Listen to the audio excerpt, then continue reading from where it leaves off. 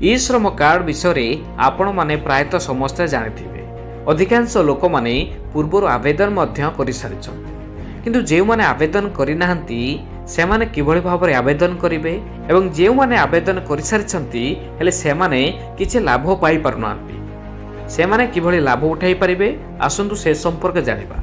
या पूर्व आपण जानिथिबे ए किछि दिन पूर्व गरीब लोक मानकू ई श्रम कार्ड माध्यम रे सरकार मुंड पिछा 5 किलो चाउल जोगाई दैछंती। यदि कहबा खाद्य सुरक्षा योजना माध्यम रे उड़ीसा सरकार खाद्य जोगान विभाग तरफ गरीब लोकंकु मुंड पिछा मासकु 5 किलो चाउल जोगाई देउछंती। उड़ीसा रे बीजेपी सरकार आसीबा परे प्रथम थर पई जे माने ई श्रम कार्ड रे नाम पंजीकरण करिसंती सेही लोक मानकु तदंत करा जाय योग्य हिताधिकारी को नूतन कार्ड प्रदान करा जाय चाउल जोगाई देउछंती।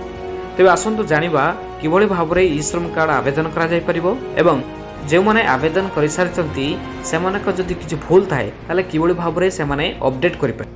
तेबे चलंतु प्रथमे हम जानिबा किभଳି भाबरे आवेदन करा जाय परिबो। प्रथमे गूगल को जाय ई श्रम सर्च कर, एभଳି आसीबा परे ई श्रम उपरे क्लिक करो। तापरे आपण माने गो टू होम पेज उपरे क्लिक करंतु।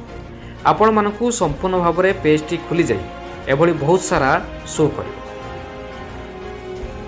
आपण देखंतु आपनको डाहाण पार्श्व रे सेल्फ रजिस्ट्रेशन देछि, ता उपरे आपण माने क्लिक करो। आसीबा परे मोबाइल नंबर एवं कैप्चा देबा सो ईपीएफ पाउचंती कि नाही यस और नो करिवे। तापरे आपण माने ईएसआईसी यस किबा नो देबा को पड़िबो। तापरे ओटीपी उपरे क्लिक करबा। आसीबा परे ओटीपी देबा एवं तापरे आउ एक ऑप्शन आसीबो, सेठारे आधार कार्ड नंबर देबा परे आपन को तीनटी ऑप्शन आसीबो, फिंगरप्रिंट, आइरिस, ओटीपी ऑप्शन देखा जाउछि, जोडा कि आपण ओटीपी देई आपण करि परिबे। सेठारे आपण ओटीपी सिलेक्ट करी कैप्चा देई टिक चिन्ह देई सबमिट ऊपर क्लिक करबा को पड़िबो। पुणी थरे ओटीपी जीवो एवं ओटीपी देई वैलिड ऊपर क्लिक करबा को पड़िबो।